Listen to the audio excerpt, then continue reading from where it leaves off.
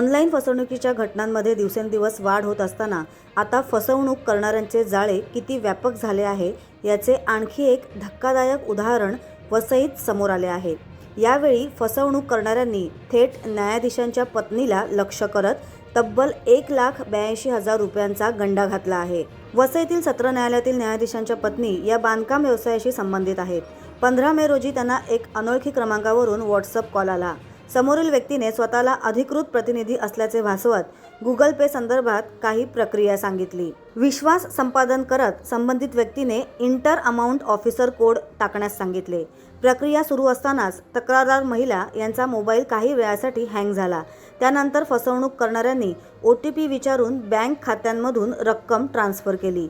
या प्रकारात SBI bank खात्यातून 99,794 रुपये तर HDFC बँक खात्यातून 82,750 रुपये असे एकूण 1,82,544 रुपये काढण्यात आले आहेत।